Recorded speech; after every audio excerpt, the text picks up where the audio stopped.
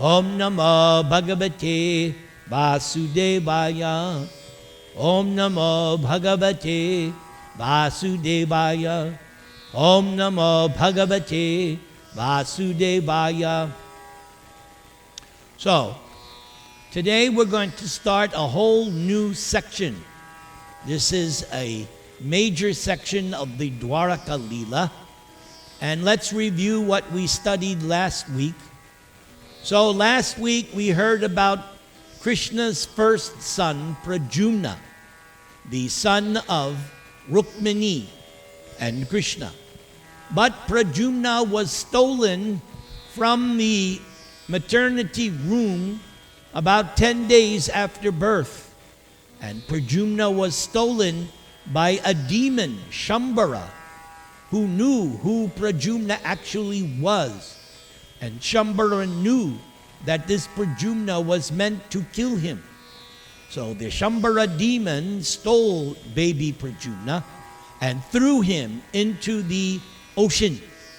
But the baby was swallowed by a fish, and the fish was captured by a cook who was cooking in the kitchen of the Shambhara demon.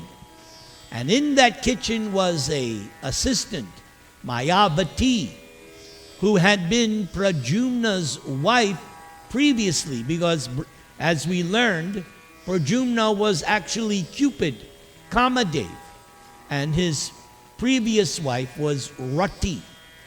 And this Cupid, Kamadev, was burnt to ashes by the anger, the wrath of Lord Shiva. Now, I still haven't found the reference. I'm still looking about that particular incident. I have not yet found it, but I won't give up. And Mayavati knew about her previous birth as the wife of Kamadev. And Mayavati took care of this baby, which was found in the belly of the fish in the kitchen, because Shambhara was non-vegetarian, eating meat and fish and alcohol. So Mayavati started to take care of the baby, and the baby quickly grew up.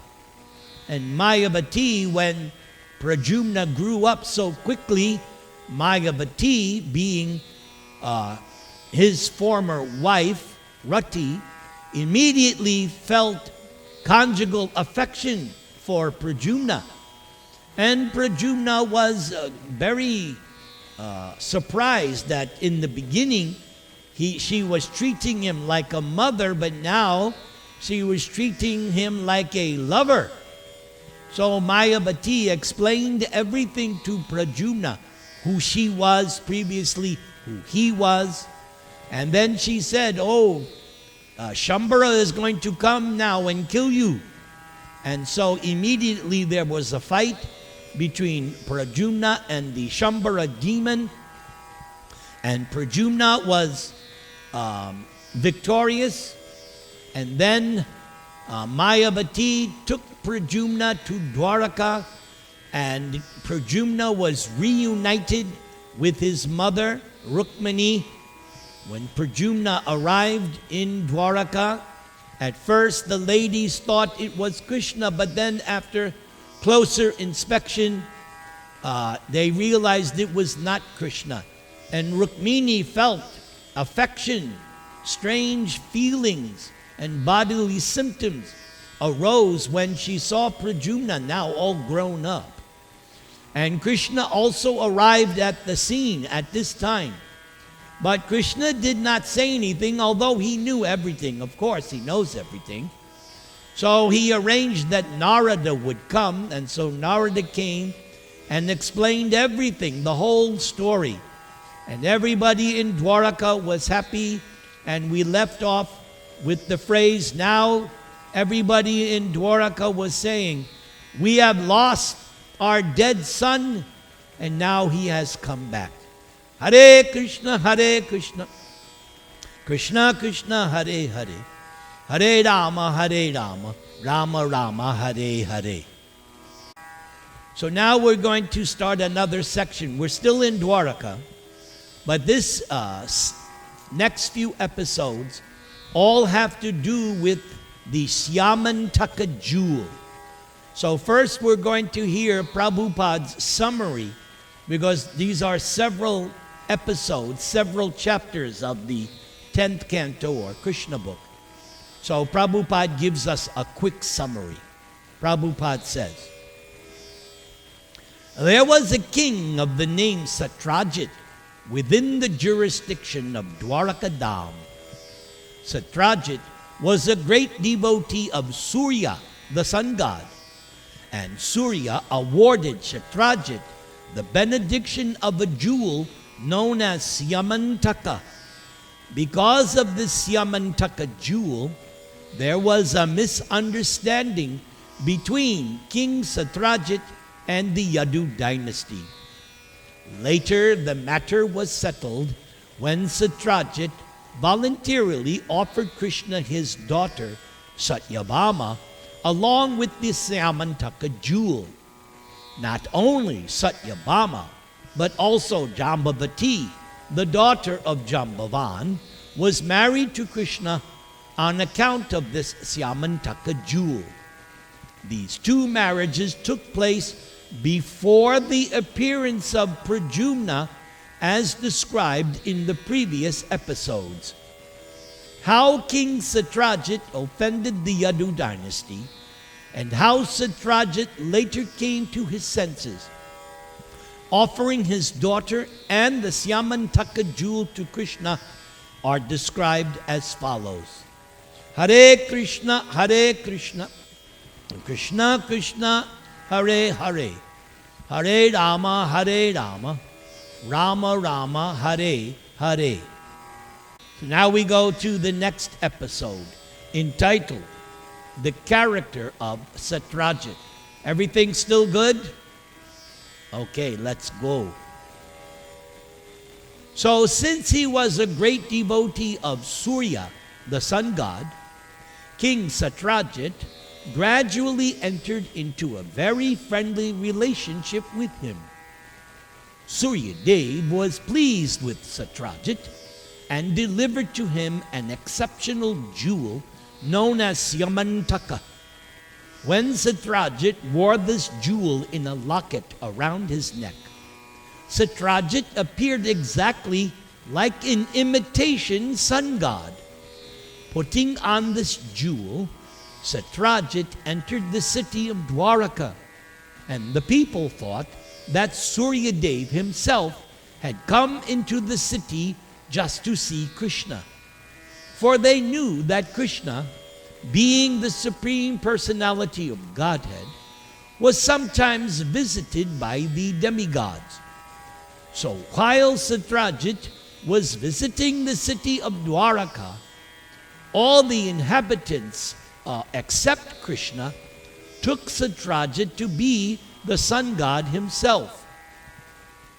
Although King Satrajit was known to everyone, Satrajit could not be recognized because of the dazzling effulgence of the Syamantaka jewel.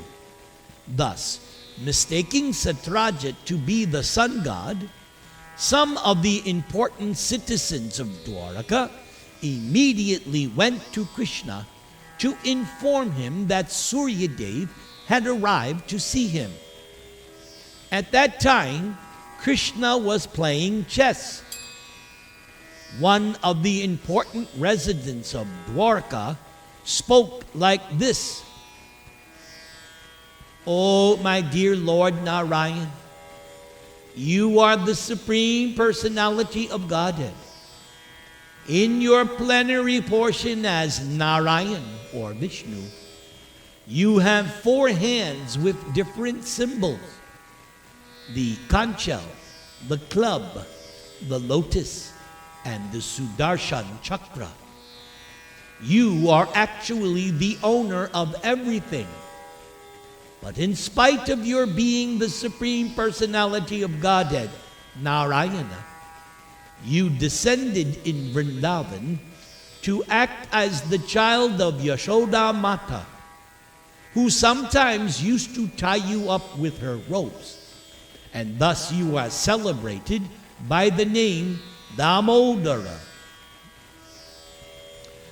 Lord Krishna is the Supreme Personality of Godhead, Narayan, and was accepted by the citizens of Dwarka, and this was later confirmed by the great Mayavadi philosophical leader Shankara Acharya in his statement, Narayana Paro Vyaktat. By accepting the Lord as impersonal, Shankara Acharya did not reject the Lord's personal form. Everything which has form in the material world is subject to creation, maintenance, and annihilation. But because the Supreme Personality of Godhead, Narayana, does not have a material form subject to these limitations, Shankara Acharya, just to convince the less intelligent men who take Krishna to be an ordinary human being, Shankaracharya said that God is impersonal. But this impersonality only means that Krishna is not a person of this material condition. Actually, Krishna is a transcendental personality without a material body. But Krishna has a spiritual body. Therefore, Krishna's form is Sat Chit Ananda, eternal, full of bliss and knowledge. But according to Lord Brahma, Vigraha, Krishna has a form, a spiritual form. The citizens of Dwaraka addressed Lord Krishna not only as Damodara, but also as Govinda, which indicates that Krishna is very affectionate to the cows and calves.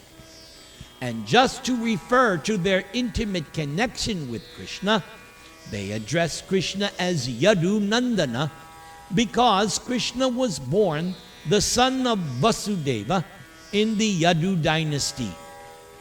In this way, the citizens of Dwaraka concluded by addressing Krishna as the supreme master of the whole universe. The citizens of Dwaraka addressed Krishna in many different ways. They were proud of being citizens of Dwaraka who could see Krishna daily. When Satyajit was visiting the city of Dwaraka, the citizens felt great pride, thinking that although Krishna was living in Dwaraka like an ordinary human being, still the demigods were coming to see him. Thus, the citizens informed Lord Krishna that the sun god, with his glaring bodily effulgence, was coming to see him. The citizens of Dwaraka confirmed that the sun god's coming into Dwaraka was not at all very wonderful, because people all over the universe who were searching after the Supreme Personality of Godhead knew that God had appeared in the Yadu dynasty and was now living in Dwaraka as one of the members of the Yadu family. Thus, the citizens expressed their joy on this occasion. On hearing the statements of the citizens, the all-pervasive personality of Godhead, Vasudeva, simply smiled. Being pleased with the citizens of Dwaraka, Krishna informed them that the person they described as being the sun god was actually King Satyajit, who had come to visit Dwaraka city. He did this to show off his opulence in the form of the valuable jewel obtained from the sun god known as Syamantaka. Satyajit, however, did not come to see Krishna.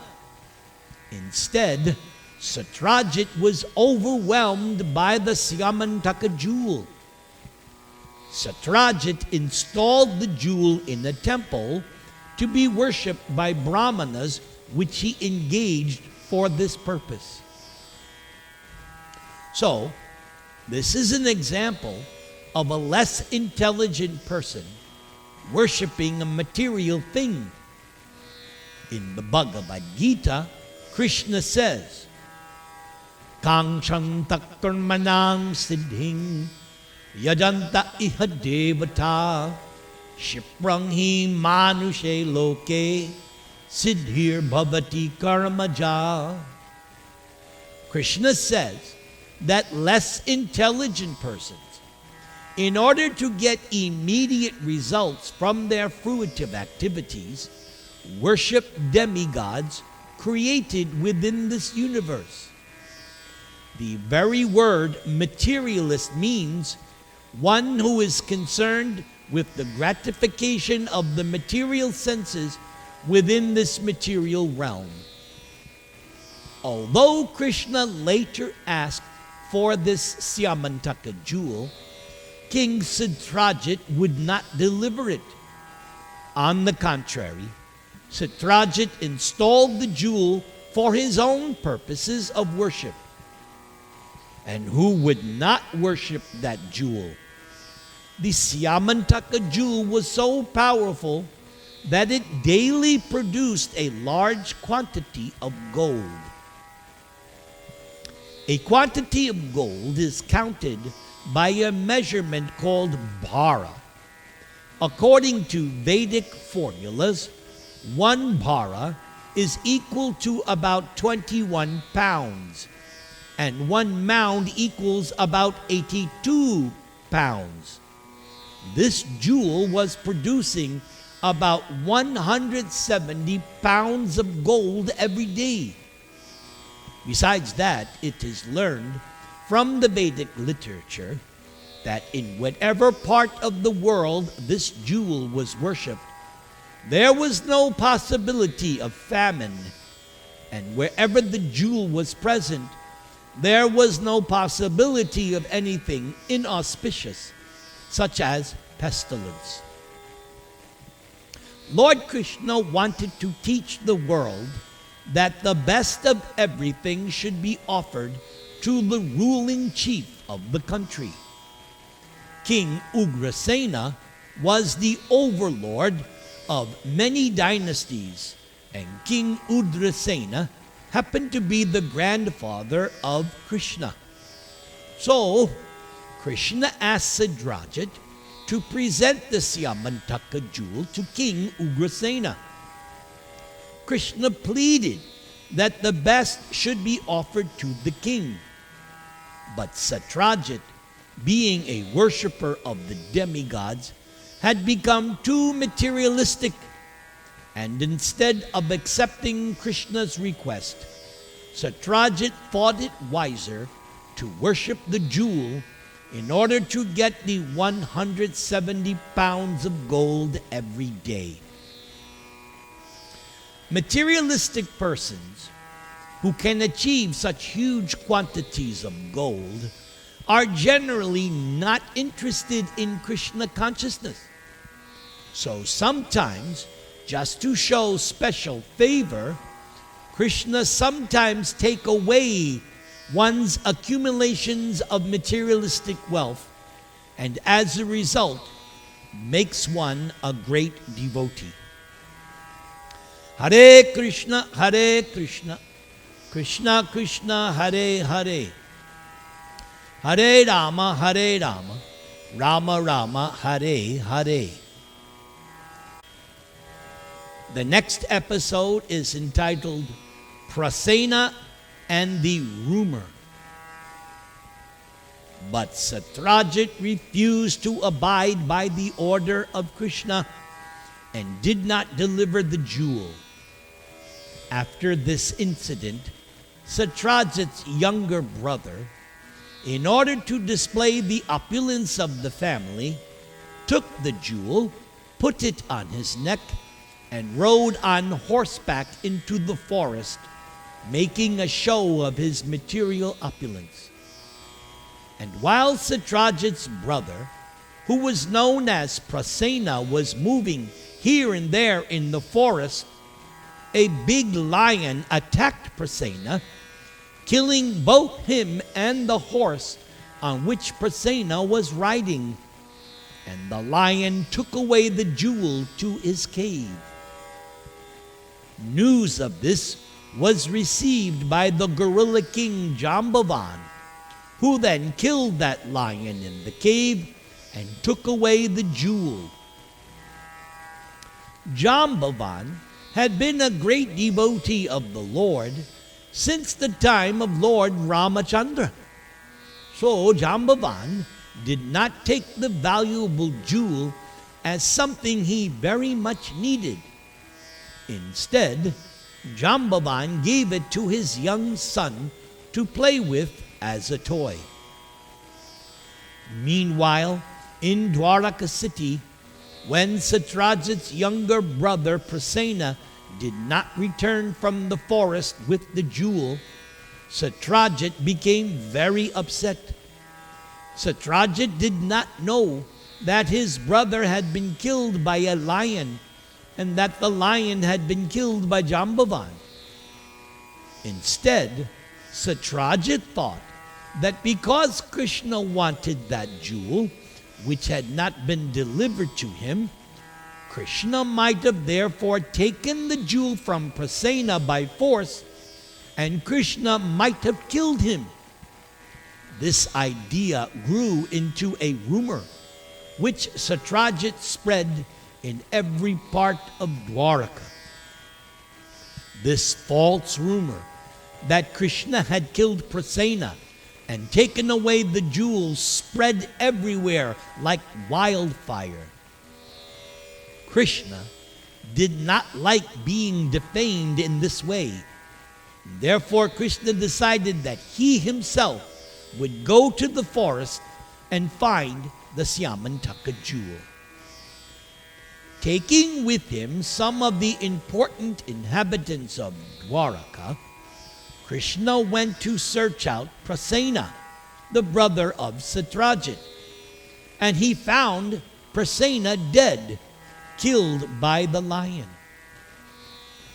At the same time, Krishna also found the lion which was killed by Jambavan, and Jambavan is also known by another name, Riksha-raj.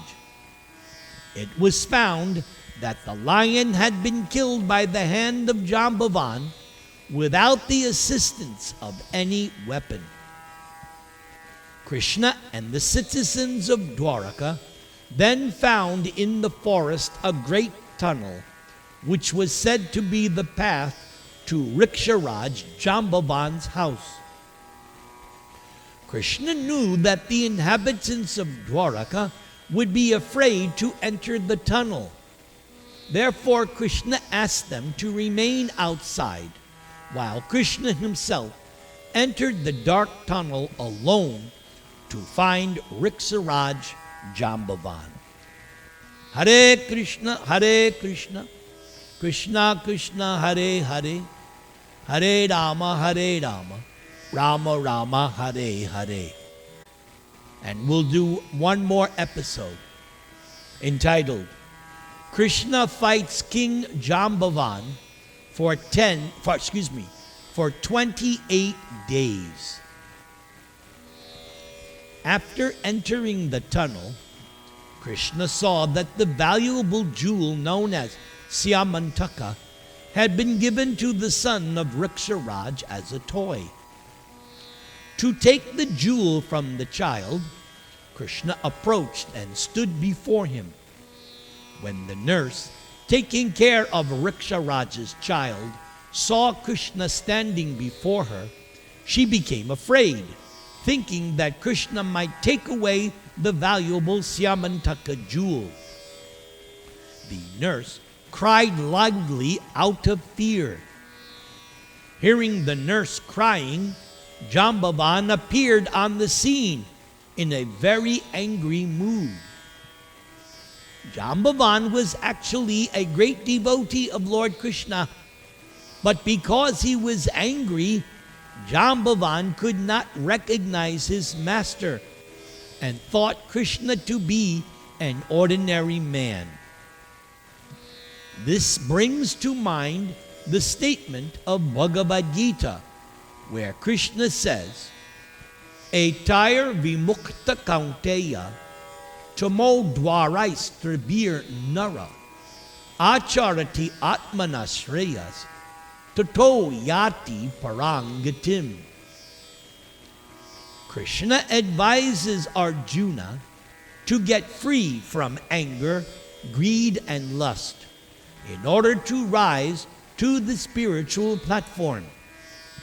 Lust, anger, and greed run parallel in the heart and check one's progress on the spiritual path. In the Bhagavad Gita, Krishna says that these three things, lust, anger, and greed, are the three gates leading to hell. So, not recognizing his master, Jambavan challenged Krishna to fight. Then there was a great fight between Krishna and Jambavan, in which they fought like two opposing vultures. Whenever there is an eatable corpse, the vultures fight heartily over the prey. Krishna and Jambavan first of all fought with weapons, then with stones, then with big trees, then hand to hand, until at last they were hitting each other with their fists, their blows like the striking of thunderbolts. Each expected victory over the other, and the fighting continued for 28 days, both in daytime and at night, without stopping. Although Jambavan was the strongest living entity of that time, practically all the joints of his bodily limbs became slackened, and Jambavan's strength was reduced practically to nil, for Jambavan was struck constantly by the fists of Sri Krishna. Feeling very tired, with perspiration all over his body, Jambavan was astonished.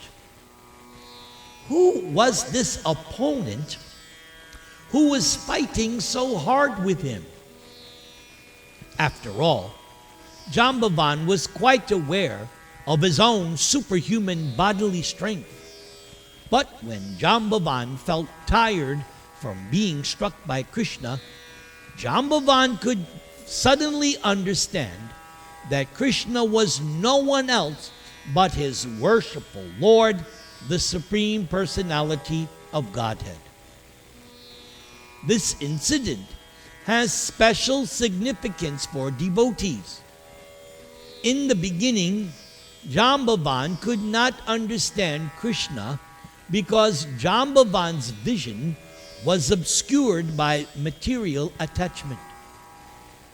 Jambavan was attached to his boy and to the greatly valuable Syamantaka jewel, which Jambavan did not want to spare for Krishna.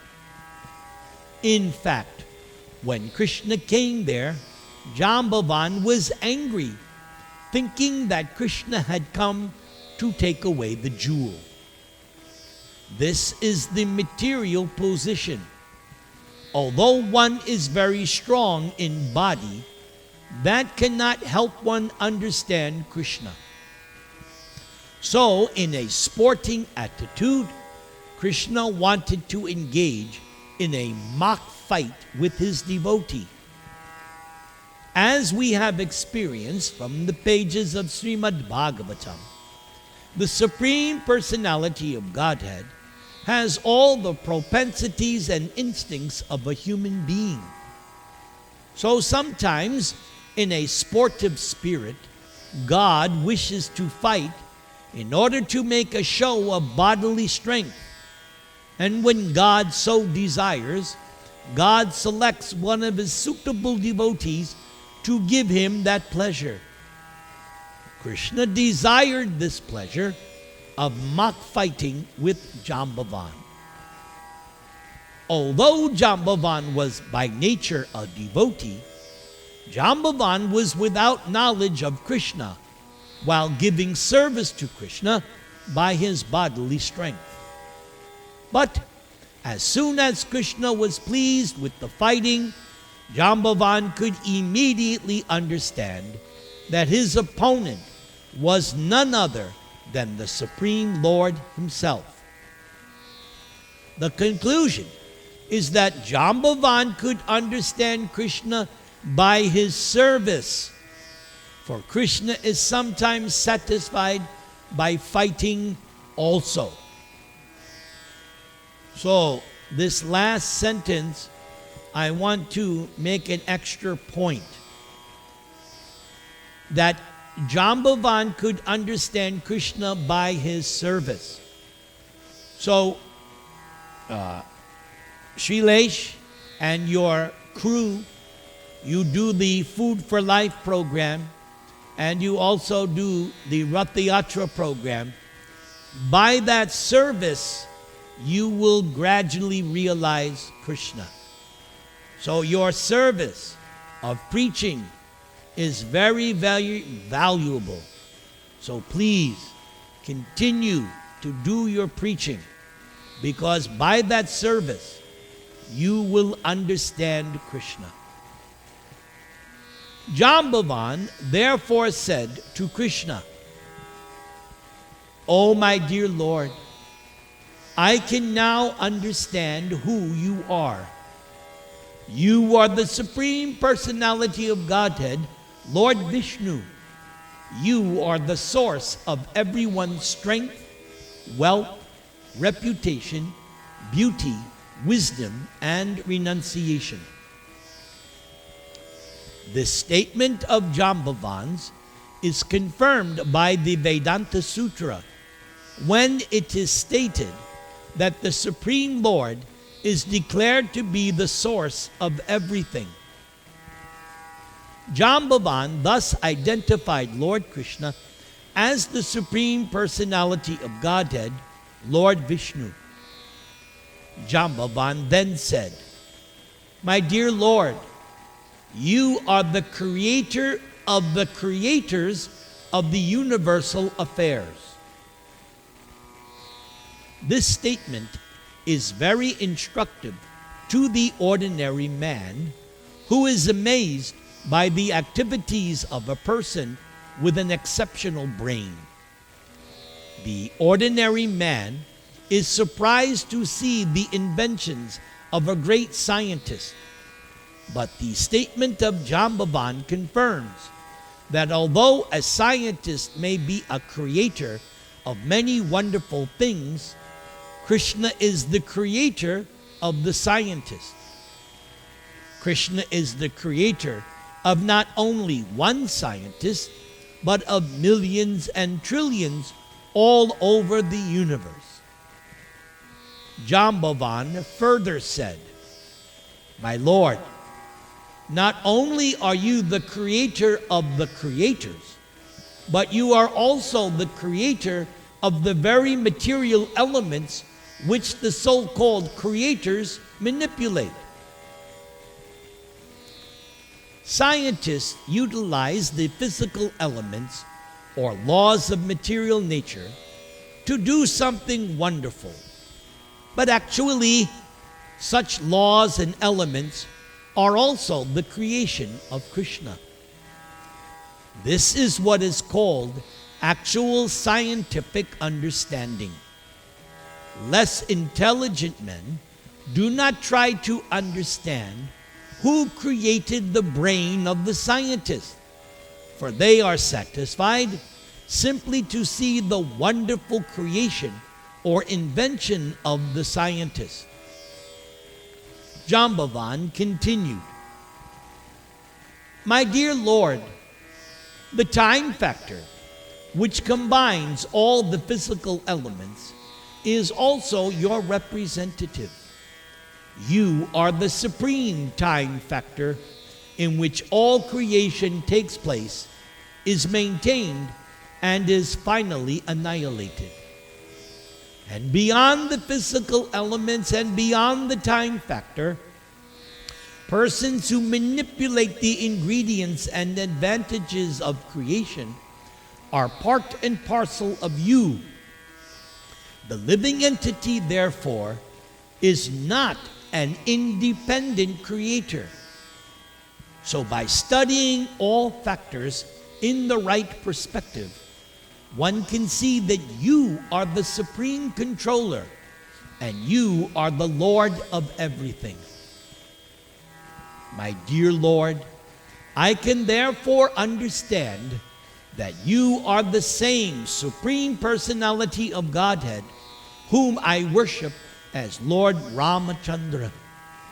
Indeed, my Lord Ramachandra wanted to construct a bridge over the ocean, and I saw personally how the ocean became agitated simply by Lord Ram's glancing over it. And when the whole ocean became agitated, the living entities like the whales, alligators, and Tamingala fish all become perturbed. In this way, the ocean was forced to give way and allowed Lord Ram to cross over to the island known as Lanka. After the construction of the bridge, a fire was set all over the kingdom of Ravana. And during the fight with Ravana, every part of Ravana's limbs was slashed to pieces by your sharp arrows, and Ravana's heads fell to the face of the earth. So now I can understand that you, Krishna, are none other than my own Lord Ramachandra, for no one else has such immeasurable strength. No one else could have defeated me in this way. Lord Krishna was thus satisfied by the prayers and statements of Jambavan. And to mitigate Jambavan's pain, Krishna began to stroke the lotus palm of his hand all over Jambavan's body.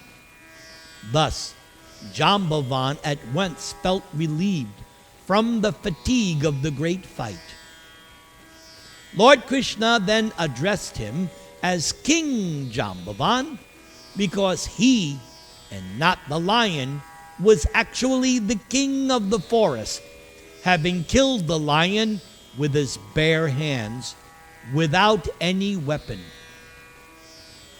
Krishna informed Jambavan that he had come to ask for the Syamantaka jewel because ever since the Syamantaka jewel had been stolen, Krishna's name had been defamed by less intelligent persons.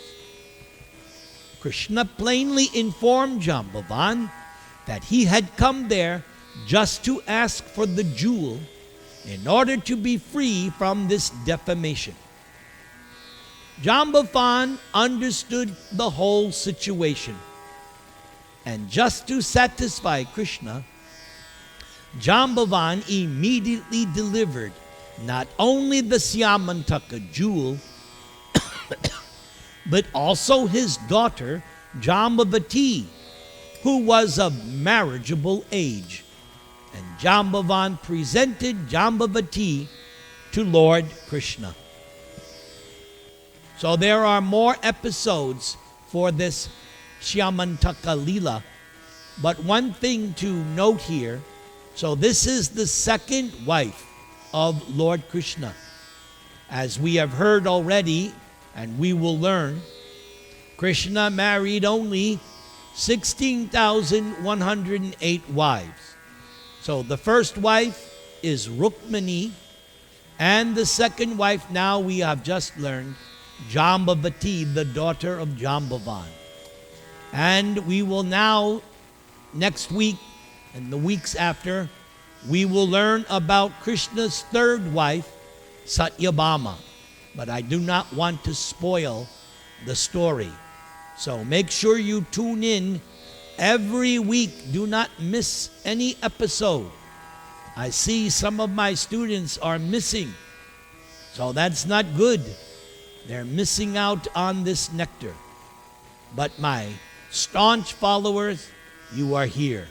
Hare Krishna, Krishna Krishna, Hare Hare, Hare Rama, Rama Rama, Hare Hare.